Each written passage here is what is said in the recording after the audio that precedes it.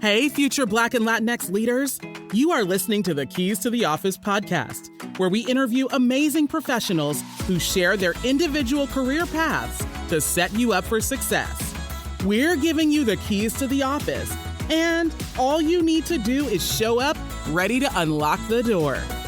Let's jump into today's episode.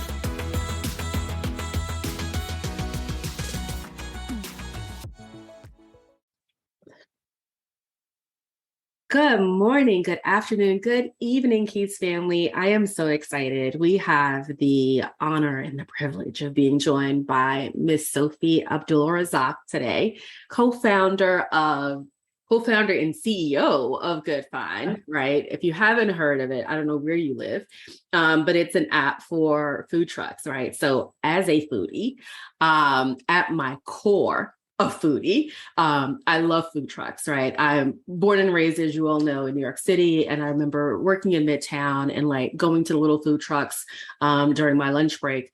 So we are like behind the scenes going to talk about all things funding, venture capital, startup, fintech, notepads ready, pens ready. If you want to talk about raising money, we have the person here with us today. So without further ado, welcome, Sofie, to the podcast. Oh my gosh, thanks for having me. I'm really excited to be here. Same. So we've talked a little bit. I am here in Virginia. You are in New York. I'm actually from New York and here in Virginia. You are from Virginia and there in New York. Tell us who you are. Tell us what you do. I'm so excited. Oh my gosh. I mean, at my core, I'm just a girl from Richmond. So shout out Richmond, Virginia. Yes, RVA. All day. And I'm a CEO of a fintech company. That's what I do day in and day out. And my path here wasn't linear at all. I thought I was going to be a lawyer. I went to law school, so I'm recovering from that every day. But I really found a love for, fintech through my first job at Wells Fargo, and then a love for product when I was working, on building Salesforce Philanthropy Cloud, and being able to put the love of fintech with my love of product.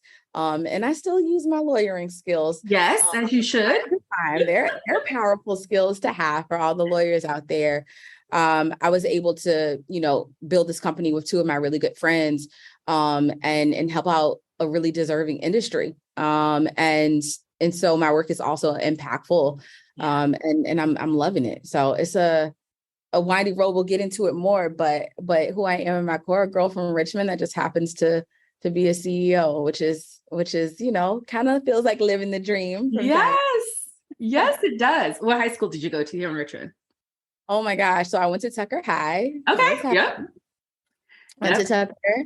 And then went to undergrad at Virginia Tech. So I stayed in Virginia until my early 20s. And then I kind of ventured off to a little bit of everywhere. But yeah, Virginia girl, born and raised. I lived here a couple of times before this most recent time. So I went to St. Catherine's on Grove Avenue for boarding school way back in the day. My first 2 years of high school, I left New York and decided I was going to go to an all-girls boarding school. But anyway, fun times. So you go from Tucker to Tech and you're like, I'm going to be a lawyer, right? Yeah. You just knew, and you followed that path. Yeah. Talk to me a little bit about how you feel, and I know this is the case for sure, but how you feel that education has lent itself well to your role now in the fintech space. Yeah. Sorry, you cut off a little bit there, but how do I get into... No, you're fine.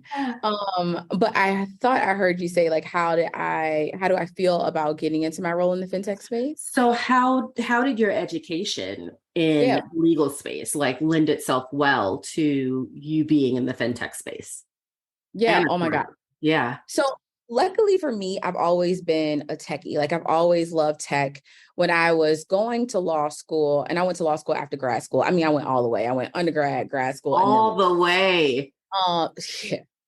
It's a Nigerian in me. And so when I was I've always been a techie, and my first job out of undergrad was in the fintech space. So I was at Wells Fargo for 3 years. I worked full time while going to the University of Denver undergrad in Denver, Colorado. And so it was kind of there that I started to get like my love for like fintech tools and services, how payments work. I was in wholesale loan services, and it was really, really powerful for me to see how money moved through a bank, right? And the bank was really focused on technological advances. And so when I went to law school at American University in DC, I had already had it in my head that the type of law that I wanted to practice would have something to do with tech. And there weren't a lot of tech lawyer classes. And so what I fell into was like privacy and data security, right? Yep. And a lot of interplay with how money exchanges and the need to keep people's most, self-identifying information private through like technologies and transactions and things like that. And so I really leaned into classes that were about like tech in the law, privacy in the law, those types of things. And when I, graduated, I really was, more of what I would call like a privacy lawyer or a privacy focused lawyer. And that lent very well to fintech, right? Because there's something to be said, not only about building great product that works, but building great product that works that's secure. And when you're in fintech and when you're in payments, those things really do have to be married. And so the thing that I think my staff gets a little irritated about. That's a nice word. A little irritated is about how big I am on like privacy and what that means, right? People are trusting us from the consumer side with their card information, who they are, their phone numbers, things like that. And on the opposite side with our B2B customer, our food truck vendors, they're trusting us with their business information as well. So for me, having a privacy first focus was the bare minimum, right? It's like a really high bar because most people try to skip over privacy and build it in later. And I'm like, no, I got to build for this high threshold first because I want to be a reputable company, a place where people can, trust that their information is safe and that this is a app and a platform that they can come back to and know that we're going to protect them, and as well as give them this like ease of transactions. So the ability to find and locate and pay for goods from food trucks. And so my legal experience lent very well to like me having that privacy first mindset. Like I'm always thinking about the law. I'm always thinking about regulations. I'm always thinking about compliance to exhaustion. Like it is obsessive about it, but I think it makes my company better. Because so much of fintech is about data privacy, security, cybersecurity, those types of things. And so, my legal background helps quite a bit. But the love and how I ended up going to law school and thinking about the things I was thinking about was definitely, starting off in the banking industry. So, and I'll say this, we see what happens when organizations don't prioritize that data privacy piece, right? So the fact that it is mission critical for you, like you're not accepting anything other than, I think is important. And even when I think about Goodfynd and a platform and really that food truck vendor, that's someone who's worked usually, right, pretty hard to build that business. I mean, we're talking about a lot of people who look like us in that space, Black and brown people. Am I right? Like, I mean, I'm just thinking of my experience. No, absolutely. And so we want to do our best, I think, as I'm going to go out and say a social impact organization, right? I know, that label gets thrown around sometimes, but you really are truly impacting Black and brown lives and livelihood. And so when we think of social impact, far too often data privacy is like, you know what I mean? Yeah. Oh my gosh. Tell me this. So I think of myself, right? I started in financial services back in 1999. And I knew the people sort of running the show didn't look like me in any way, shape, or form, right? White men, to be quite frank about it. In fintech, as a Black woman, right? Yeah. Talk to me about what your experience has been like. Even like as you dig into securing venture capital, right? As a Black woman, and what those challenges have looked like. Yeah. I mean, what I have often said in particular about the fintech space is that if you want to be a Black woman in this space, you just got to get comfortable with being yourself in spite of not seeing yourself. Right. And so say that one more time. You have to be comfortable being yourself. Being yourself in spite of not seeing yourself. Yeah.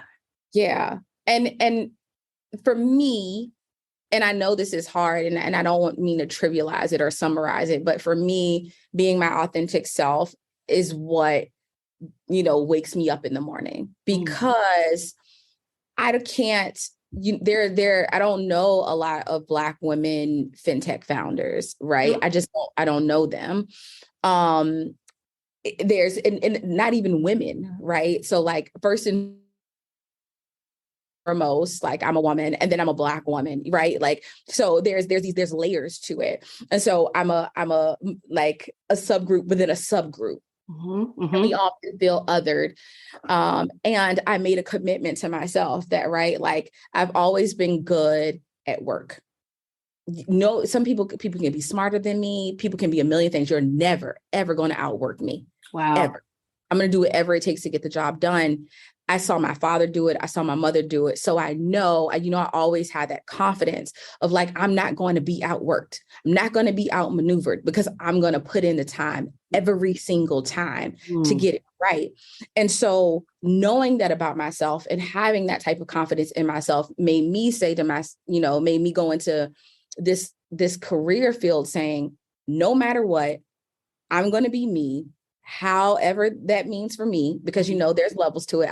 I've grown and changed over time, but I'm going to be my authentic self in whatever space that I'm in, because I know I'm going to bring my A game no matter what. So it doesn't matter that, 99% of the people that are in this space don't look like me, because I'm going to come to the table anyway. Ooh. Right? Ooh. Questions anyway. I'm going to talk to you anyway. I'm not going to feel othered.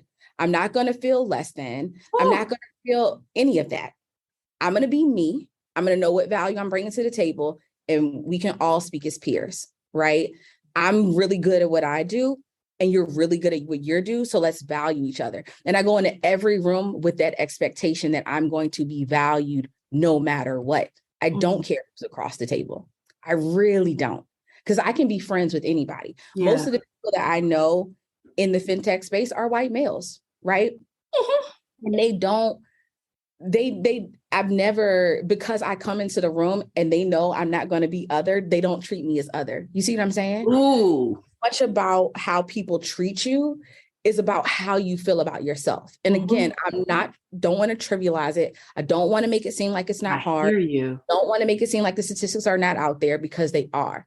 But I believe when you go into a room, people are going to project back what you're projecting. All about the energy. Yeah. It's all about the energy. Yeah. And my father made darn sure that I felt like no matter what room that I was in, that I could hold my own. And so I go in every room like that. You can't reflect to me energy that I'm not giving you. Yeah. Right? Because room is confidence. It's like, oh, hi everyone. Right? Like, only Black woman here. What's up? Yeah. It doesn't bother me. And I'd leave the door open for other women, other of any race, right? But specifically Black women, because that's the category that I represent, to come in the room too and do the same thing. Hey, what's up? Yeah. Right? Like, I'm here to add value. I'm here to be valuable. I'm here to learn from the value that you have and give it right back, right? It's an exchange. And so I'm not going to be subjected or boxed or anything like that. Yeah. And that authenticity that I carry with me is what's helped me to do that. For me, it's been a welcomed experience because I welcome myself. Oh, I love it. I love the energy. I love the confidence. I love the determination, right? Like, you've worked hard. You understand the value you bring to the table. There is no reason for you to project anything other than that. Yeah. Right. Regardless of who's in the room, Sofie is here and Sofie is bringing X, Y, and Z. Absolutely. I love it. I love it. You mentioned your parents, right? And your father. Talk to me about mentorship, because I think just from hearing you, it started at home, right? Yeah, where did this come from? Where did the desire to really own your space come from? And then beyond that, what mentors have you had as you've worked your way through fintech into success, might I add? Yeah. Oh my gosh. No. So I've had powerful mentors, and it did start at home. Like, my dad is a first generation American. He met my mom in college. He was her tutor. They have a really love story. Yeah. And when I, growing up, having an immigrant parent and, in a Black American mom that grew up in a really powerful household, right? Mm-hmm. Like, my grandmother's only 16 years older than my mom. She had been through segregation, but my grandfather had worked on the railroad, and they had, a lot of affordances that other Black families didn't have. And my great grandmother was an entrepreneur. And so, I'm built on the backs of people that worked hard in spite of, right? My dad came to America and was successful in spite of being an immigrant, right? Like, my great grandparents made a way for my grandmother to get great education, and for my mom to get a great education. And, and it's all been built in hard work. And you can tell people to work hard, or you can show people how hard work is done. That's right. Yep. And my parents did a combination of both, right? They showed me the way, and then they reinforced it by the things that they would say to me and to my brothers. And I think, that was very early days of me, coming and being mentored, right? I was mentored by my family, these powerful figures in my family. And that also helped me to seek out powerful mentors in my career, right? So I went to Wells Fargo. I mentioned Wells Fargo a lot. Elaine Cunningham was my supervisor, white woman, dope. I'm talking about, I'd never seen style like hers before. She was out of a Neiman Marcus magazine. I'm just like, where are you coming from? And I was her assistant. But she never treated me like one. I tell people this all the time. She gave me my first managerial, training. She gave me big buckets of work that I wouldn't have gotten otherwise. When she was out of the office, it's like Sofie speaks for me, right? There was a sense of autonomy and authority over my work, and a really deep knowledge into hers. And she was powerful, right? Like, she was SVP of wholesale loan services for Wells. And it was her that taught me, if you are in a position where you can do something for others, where you see that they can be more than what they are, then lean in on that. And I had several conversations with her, Elaine, why me? Right. And she would always say things like, well, why not you? I see myself in you. And I'm like, how can a rich white lady see themselves in me? Right. But because it's not that you can't, it's just that it wasn't something that came to my mind. Right. Yeah. I see myself in you. So I'm going to nurture that, right? She taught me a lot about leadership, a lot about, leading, servant leadership, having authority, but letting every voice in the room matter. Even the voice of an executive assistant, right? And building on that, and putting me in responsible of things, in work streams that absolutely was not in my job description. And so she was a really powerful mentor for me. And she let me know that I could stretch myself, right? It didn't matter what my credentials said. I can learn anything. I'm going to stretch myself. And there's somebody here that's supporting me, that's sponsoring me. Mm-hmm. It was really impactful. Right. And then, you know, my career after that had powerful, like, male figures and female figures alike that really just poured into me and let me know that I could always be beyond whatever my job title was, right? Mm-hmm. Mm-hmm. And I think there's something very powerful about living and being beyond what you think you're capable of, right? Pushing yourself and being challenged. And a really great mentor will help pull that out of you, right? You might say, oh, I'm just a teacher, right? And it's like, no, you're not just a teacher, right? You're impacting, you know, hundreds of minds in the lifespan of your career. And that impact is like ripples, right? It keeps going and keeps going. So you're not just this, right? You're an avenue builder, you're a game changer, you're whatever, you're beyond whatever you think your job description is, right? Yeah. And I think that's what really great mentors do for you. They let you know that you're beyond whatever a paper says, and they pour into you so that you can pour more into yourself.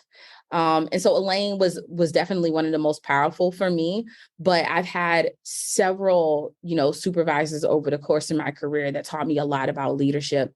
And I do credit my parents into helping me identify what a good mentor would look like. How does that feel, right? Like, I think you know that you're being mentored well when you have this feeling that you're becoming a better self because of the knowledge that they're giving you, right? Feels like when my parents speak to me, even now, my parents are like the most knowledgeable, you know, pair that I have ever met. Anytime, it doesn't matter what my issue is or what my concern of, they have a background in it. They always say something that just like makes me feel like, okay, I can do this. Yeah. And go beyond. And I feel like every mentor that I've valued has given me that same base level feeling, right? That I can go beyond the paper, I can go beyond the job description or job title, that I'm capable. I just gotta, you know, push through and take those challenges head on. So yeah, mentorship played a really big part of my life, and it definitely started at home. Long way to say that. No, this is so good. And like, I was listening to your story and I'm like, yes, because I had that one woman in my life, that one leader in my life, who was also a white woman, Karen Larson, who saw something in me I didn't see in myself, and proceeded to put me in rooms and speak my name in rooms, give me these assignments to help me further grow and develop. I remember going to Karen to say, Karen, I think I want to go to grad school.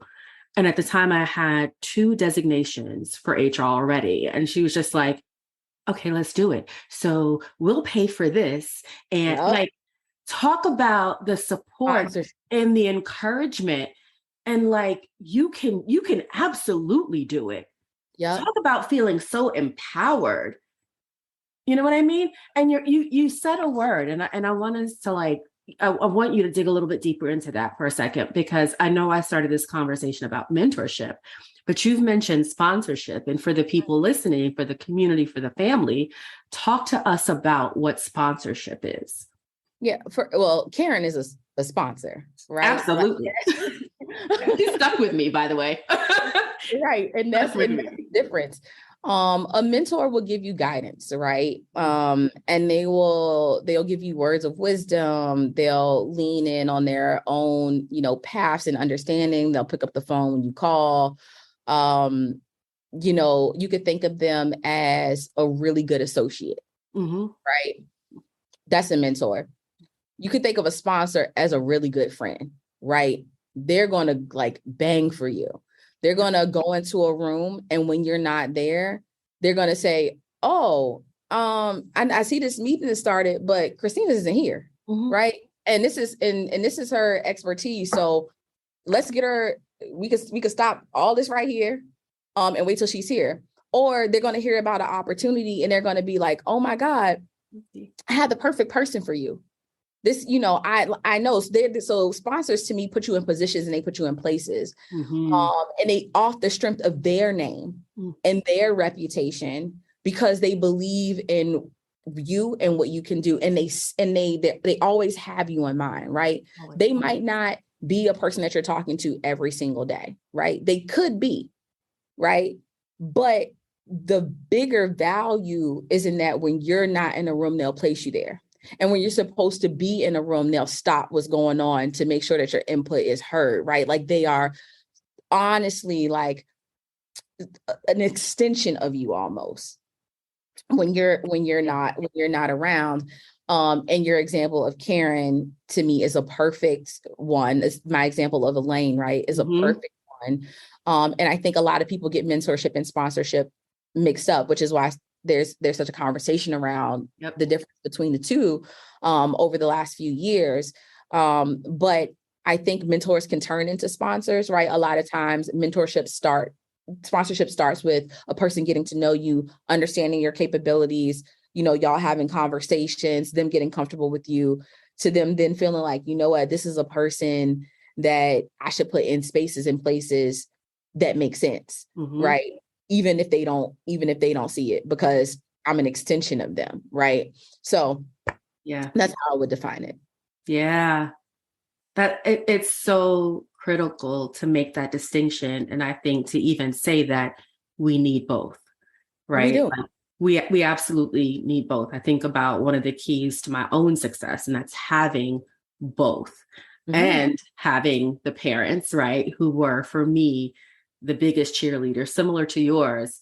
My dad, when I tell you like words of wisdom, like he had me feeling like there was absolutely nothing I couldn't do. And like this level of confidence, like, oh yeah, what's your plan?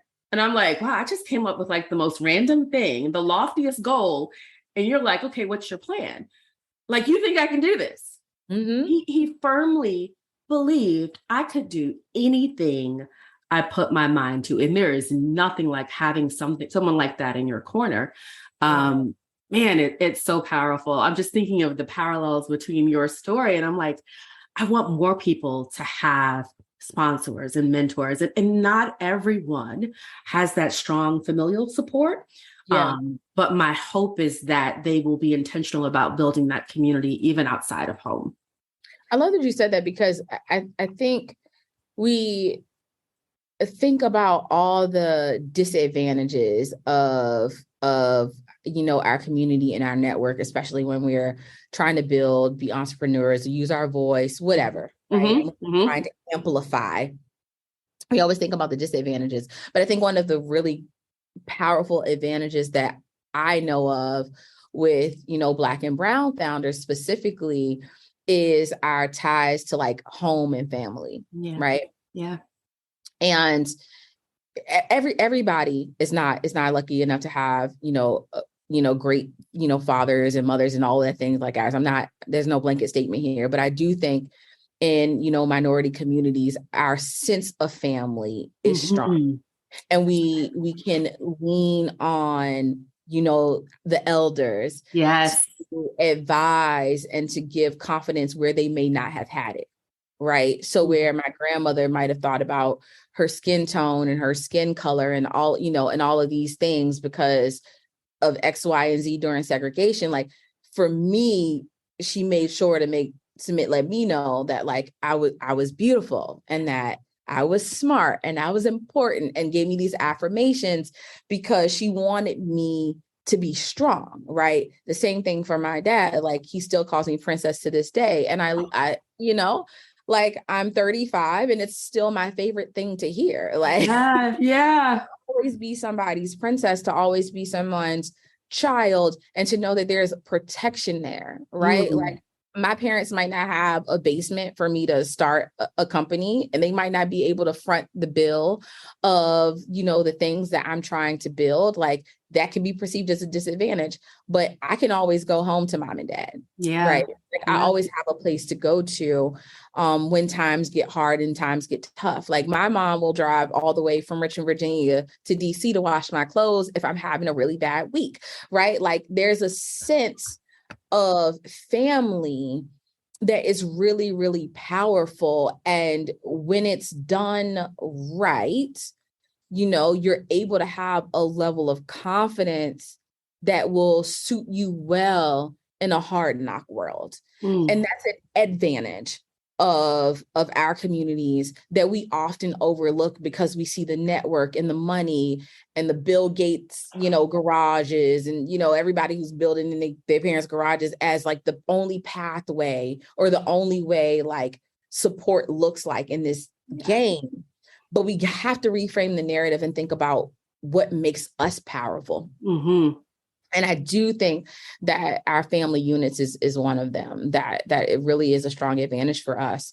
And leaning in on that, as a source of confidence and strength is just as powerful as, our counterparts, with money and other privileges, right? Like we have some too. Yeah, we certainly do, Sofie. And I'll tell you, last week I wasn't feeling well, and the week before. And my mom, who lives about 40 minutes away, there are really only 2 stoplights, but she is deep in the sticks. And she decided she was going to fix a pan of macaroni and cheese, and a very large pan, might I add, and buy 6 containers of orange juice for her baby daughter. And she brought it to my house. My mom is 75, by the way. So she was in the kitchen cooking the mac and cheese, bringing all the orange juice. And I thought, this is so awesome, right? To have this support. She's not throwing money at me. She baked the mac and cheese. Yeah. She baked the comfort I needed to then get up and continue to pursue my passions. And bought the orange juice because you needed vitamin C, honey. 3 things of pineapple orange and 3 things of straight orange with pulp, because I needed all of that. It cures everything that ails you, by the way. So does Vicks. But anyway, like that family unit. And again, and like you mentioned, it looks different for everyone. Not everyone has the traditional mom and dad to provide that support. But as a community, my goodness, we have so much deeply rooted support for each other. And we need to recognize that. We do. And there's power in it. There's power to draw from. We talked about energy earlier, and it's just transferable. Right? Like energy is an exchange, and you have to draw from the power that's around you. And I don't necessarily think, in this space, especially in this entrepreneurial space, we think about drawing power from our advantages, but we have them, no matter what the statistics, we do have them, and we should draw from them in order to be, our best selves. So. Wow. This is good. Like, I really don't want this conversation to end, because I'm thinking about so many people who need to hear this, right? Who need to understand what their source of strength will look like and can look like, and be intentional about that. But then also to say, you know what, I've got to be determined. It's got to start from within as well. Talk to me about Goodfynd, because when I looked at the numbers and I thought, holy crap, did she raise that much? And like, how, right? Like, how did you do that? Right? Because talk about success in a way that we don't often see it in our communities. So Sofie, please tell me, first of all, tell us what Goodfynd is. I know, but tell us what Goodfynd is. And then talk to us about their journey to success as the co-founder and CEO. Yeah. So Goodfynd itself is an all-in-one platform for, mobile businesses. And we really lean in on our relationships and partnerships with our, on the B2B side. So everything that we do, and I do mean everything, is to increase, the visibility and the profitability of, food truck owners and operators, but even beyond that, all mobile vendors, anybody who, can move their business from place to place. We're the technology for you.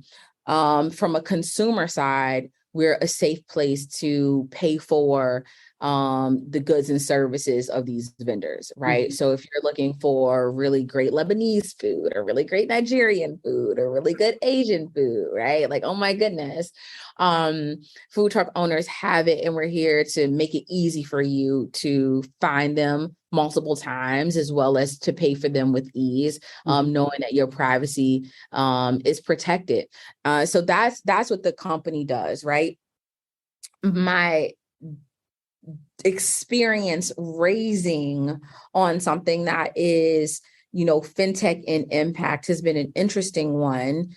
And I am one of the luckier, founders. Like, I know, like, sometimes I'm like, oh man, like, I have a lot of white male founder friends, like very close friends, and they've raised like 10, 15, 20 million, and I'm like, man, I've just raised 3 so far.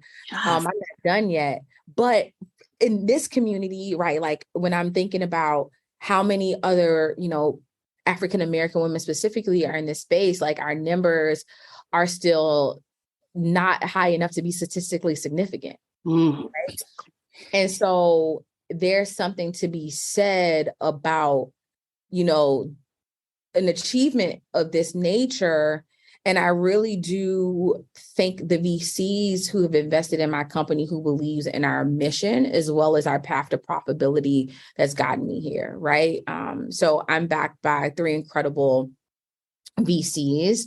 4 incredible VCs now, and 1 family fund that just believe in the mission and what we're trying to do.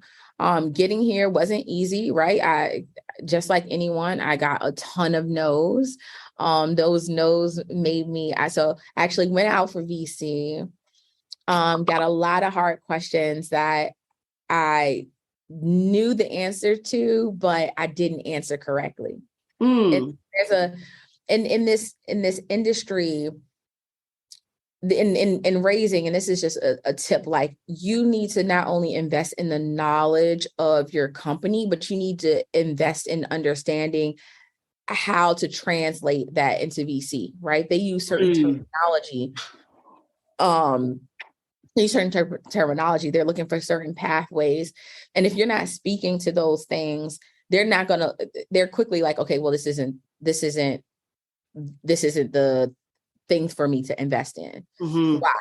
It's not because your business isn't good, but it's because they're evaluating a bunch of companies, right? And they need a central metric in order to figure out what makes a company good and what makes a company bad, because they have to decide, am I going to invest in the diligence of this company or not? So it's your job as a founder, and I wish I knew this before when I first went out for money. It's your job as a founder to understand what those words are, to immerse yourself in the technology, to, to go out to someone and say, hey, I know I might not be a fit, but do you mind if I pitch for you and you give me some feedback? Like, anything wrong? Like, why, when you get rejected, I used to always say, like, I don't take any rejection at heart, because 1 thing is for sure and 2 things is for certain. I'm a work harder. Than anyone, and I'm gonna get this done no matter what. And so for me, no's are just a lesson on how I can get better to get a yes, right? And when I get the yes, I'm gonna get the right yes, and I can promise that person that I'm going to return, right, on their investment, because I believe in what we're doing. And so understanding that and getting those no's and being like, okay, you're saying no because X. All right, now I know I need to do this. Okay, you're saying no because of Y. Okay, I need to do this. You're saying no because of Z. And you start to figure out patterns. And then you know how to talk about your company better, but you also know what metrics you need to go after in order to raise. And so very early on, I got a bunch of no's, and we raised money by like pitch competitions. We were really good pitchers, win pitch competitions. And then once we started to grow at a rate that reminded us of what VCs were telling us that they were looking for, then we went back out for venture, right? So that traction was really important. Now, I will say this. The fact of the matter is, I know a bunch of founders who've never had traction before, who just had a great idea and they went to one of the really great schools in the world and they had a really great network and they got VC like that. Right. That was not my story. My story was I went out for VC. I got a whole bunch of no's. I learned from that experience. Once I started to see the patterns that the VCs had told me that they needed to see, I went back out and got lucky. Right? But I was ready. Yeah. Right. Always a little bit of luck, I think, in this process, because it's like a relationship. Have you ever heard when people say, like the right person at the wrong time is the wrong person? You heard that one? Yep. Same thing. The right VC at the wrong time, the wrong VC, period. Wow. If you have what they need, then it's not a match. And likewise, if they don't have what you need, then it's not a match. And so you kind of go on these pathways until you find a match, and then that match can propel you to something new. And so the investors that I have, they know that fintech and impact don't have to be mutually exclusive. They know that you can have a path to profitability and do it ethically. They know that, investing in, because it's not just me as a Black founder that my investors are investing in. They're investing in the literally most diverse segment of the restaurant industry, right? Like, what it is. And so they also understand the ripple effect that they're making by helping to provide affordable technology to people that are underbanked and underserved, right? And we're all on a ride together. The thing about it is, and this is something that my journey has taught me as well, my journey to getting where I am, is like, even when you have impact, it doesn't need to be an impact narrative, right? Like, we are not an impact company. Yeah. We are a fintech company that's helping an impactful community, right? To invest in me is to invest in a good business, right? But also it means investing in a segment that could be so much more if for like better tech, like that they trust, that they can afford. And so, that's the story that I tell to VCs, because it's what I'm passionate about. It's what I love. And then we dive deep into the numbers, et cetera. But for me, it just like anything, it wasn't a linear path. Like my journey was getting knocked down and just getting back up, and doing that over and over again. I'm still doing that, right? Like, the company has to grow. It has to sustain itself. It has to, continue. And so I'm going to continue to be, in the ring where sometimes, I'm getting knocked down, and other times I'm the champion. And I'm fine with both sides of the coin. Right? Like, both sides of the coin are acceptable to me because of the lessons that I've learned. I think a lot of being an African-American woman on this journey. And I know that's, who we're speaking, to in large part, like, a part of it is endurance, right? Like, just the ability to keep going when sometimes the path feels untraveled, when it feels futile, like when you feel like, alone. It's lost, when you feel alone. Oh my gosh. I just had a conversation with one of my really good friends. And I was like, she's like, how are you? And I was like, I feel lonely. And she was just like, what? I see that. I see that often. And I feel that actually often along this path. So yeah, loneliness is a real thing. It's a real thing. And and even when you're the closest people to you want to help, they can't really combat that feeling, right? Yeah. That, because loneliness is a personal feeling, it's a personal state. It's something that you have ownership over on yourself. And it's really hard to bring people along. Like, it's hard, even if you have founder friends, right? Like you still feel lonely trying to make something out of nothing, trying to have people believe in what you know to be true, right? It's nothing worse than like knowing that what you're doing is the right thing, knowing that you're attacking it the right way, and having to convince someone of that because you already know, right? It's like, why don't you know? Like what? It's like, why do I have to convince you? I'm telling you, this is what it is. Yeah. Right. But you still have to do that. And it's lonely. It can be really lonely. And so, I mean, I'm always like winded road answers, but for me, on my journey has been a lonely one, but it's been a successful one because I'm backed by people who understand what I'm trying to do. Yeah. And as I continue to grow in this industry, my hope is that I'm going to continue to be backed by people who understand inherently what we're trying to do and what we're trying to build for. And that they're on this journey with me, right? Like in tandem, like they're not trying to rush the journey, but they know that it's not a slow one, right? Like, like we're at the right pace. Yeah. There's something to be said about that. And so a lot of luck, a lot of preparation, a lot of no's, but on the other side, I have successfully raised venture, and I hope I continue to, as long as I put the work in, right? But there's no formula to it, right? I can't tell you like I wrote a list of 100 VCs and right. That wasn't my path.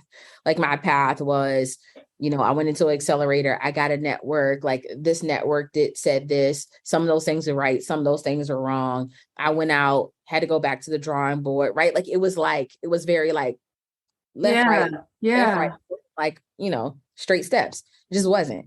And every time I read an article, the article is all about the same 3 or 5 steps into venture capital. And I call bullshit on it because every founder I know, we've all raised money differently. That's it. White, black, brown, it don't matter. Yeah. You mentioned something, kind of accepting the no's, right? And in my head, I think about back when I was a sales coach years ago and how I would train financial advisors. It was so funny. It was like, how many no's can you get today? Because if you're getting the no, that means you've picked up the phone and you've made a phone call. That means you've done your homework. You've picked up the phone. You've reached out to someone. You've tried, right? How many no's can you get today? And then what lessons are we going to learn from those no's? Like welcome the no. Have a day of no's.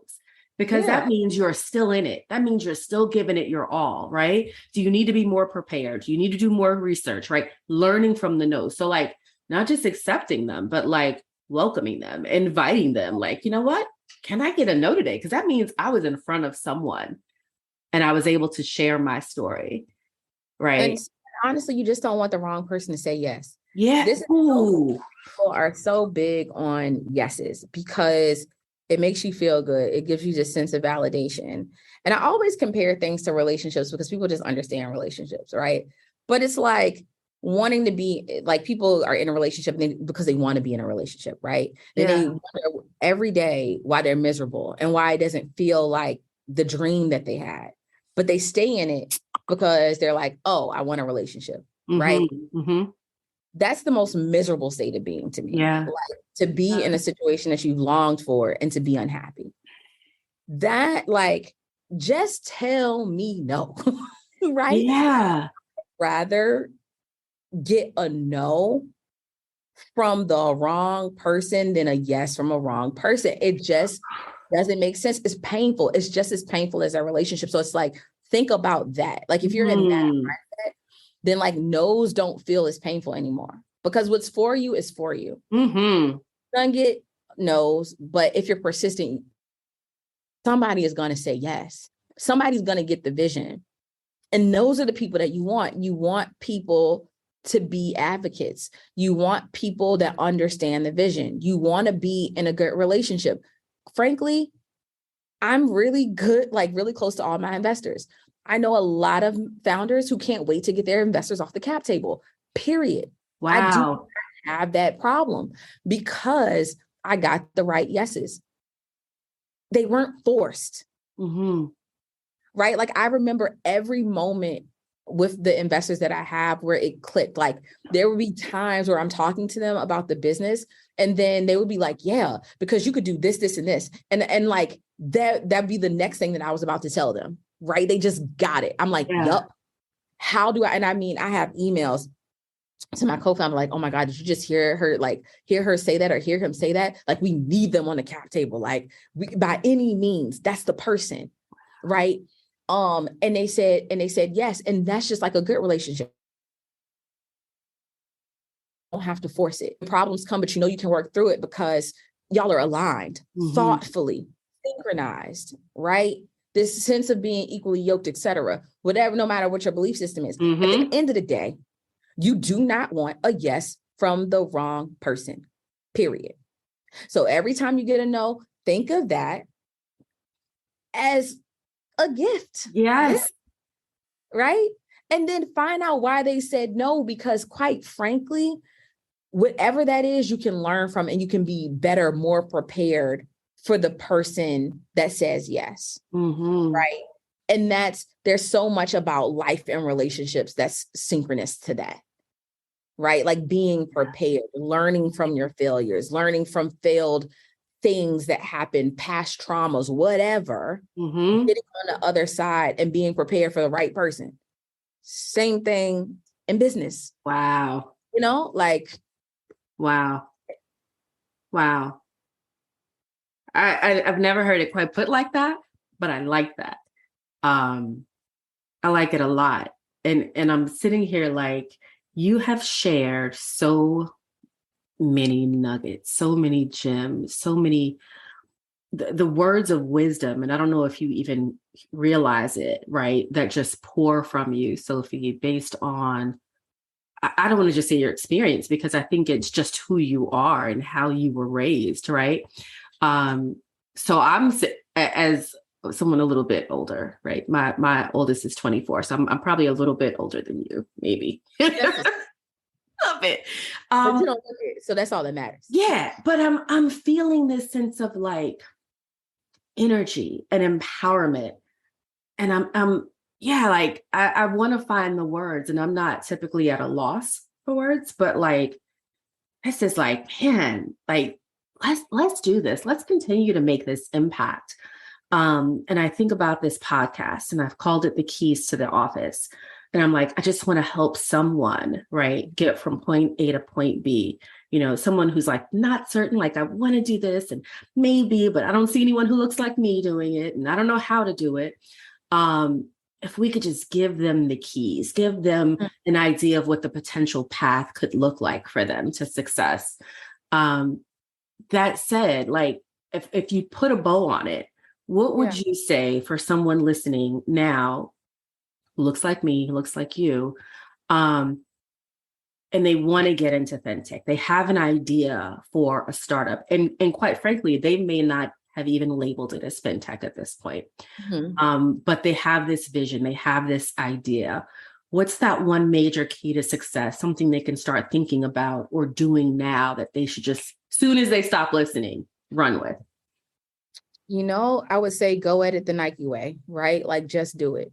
Ooh. There's really something powerful that like, and I'm gonna quote Drake, and I quoting Drake on the podcast, Lord. It's definitely 5:00 on a Wednesday. Because usually I would never, like, my investors watch this, but to take it, they're a great bunch. So they actually do like watch the podcast and stuff, like, oh my goodness. But to quote Drake, right? Like the best advice is not to take any advice, right? None. You can learn from people, you can watch their paths, you can see their steps. And the reality is it's never going to be quite like yours. So just do it, right? Because some people will advise you not to, and you'll live with a list of regrets. Some people will tell you to go for it in the way that they went for it, and you'll fail because you did it their way. Some people, you know what I'm saying? Yeah. It doesn't matter, right? If I can impart anything on anyone, it's like, if you have an idea, if it's on your heart, if you feel like it can work, like, go out there and do it. If you fail on your own merits. If you succeed on your merits. Be informed, but do not be obsessed with anyone's pathway, with anyone's abilities, because that starts to make you compare yourself to them, right? And then they become your metric. They become your goalpost. And quite frankly, that's limiting. I don't metric or goalpost to anybody because I'm not limiting myself. Like, I'm in my own lane. I'm my own competition. There's enough everything in the world for me. Yeah. So there's really nothing that anybody can tell me other than, like, so this is how I did it. And I'm like, okay, cool. I see how you did it. I love that for you. I'm coachable enough to take what I know will work for me. I'm also coachable enough to leave what I need to leave on the wayside. I don't take any advice, right? Yeah. I am informed by people I respect. You see what I'm saying? I do. I don't take anything wholesale. Taking anything wholesale, you're not living your own life. You're not being authentic. Yeah. And I refuse to do that. So best advice, Drake said it, don't take no advice. Go out there, do it the Nike way. Be informed by as many things as you can be informed by so that you are moving in an educated way. But take the bits and the pieces that are going to work for you. Because at the end of the day, whether you succeed or whether you fail, you need to do it on your own merits, or you will regret that you did it on somebody else's. That's it. Wow. Not just mic drop, if people even still say that, but like, kick the mic off the stage. We're done. Yeah. We're done. We just did it. We did it. That's it. Sophie, thank you.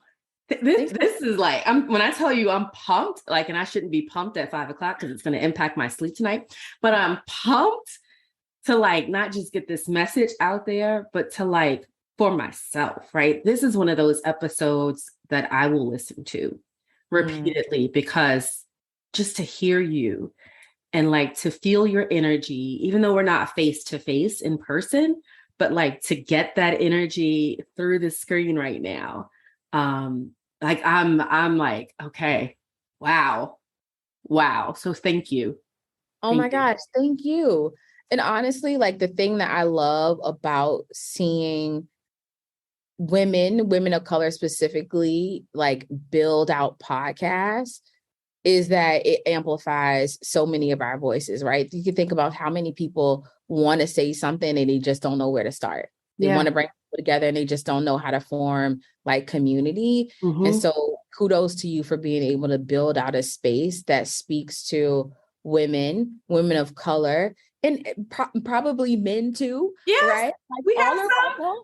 All are welcome. But I love seeing, you know, entrepreneurship in this way. I love when people are amplifying voices that are muted. A lot of ways. For far too long. And quite frankly, like, there's value, like that energy exchange that you're talking about. I'm having fun talking because I'm learning stuff from you too. Like, your energy is so good. What you're trying to do here is so amazing. So keep it up, right? I think it's powerful to be a Black woman that's building a platform, right? In any capacity, whether it's tech or whether it's media, doesn't matter, right? It's just important that you're out here doing it. So I'm humbled to be here and really thankful that you taking the time to have this exchange with me. Oh, Sofie, RBA in the house. This was awesome. Listen, we will catch up soon. But thank you again. Thank you. If you're hearing this message, you have listened to the entire episode. And for that, we thank you from the bottom of our hearts. We hope you enjoyed it. And if you did, please don't forget to subscribe. Leave us a review and check out our website at www.thekeystotheoffice.com. We look forward to connecting with you in a future episode. Until then, go be amazing.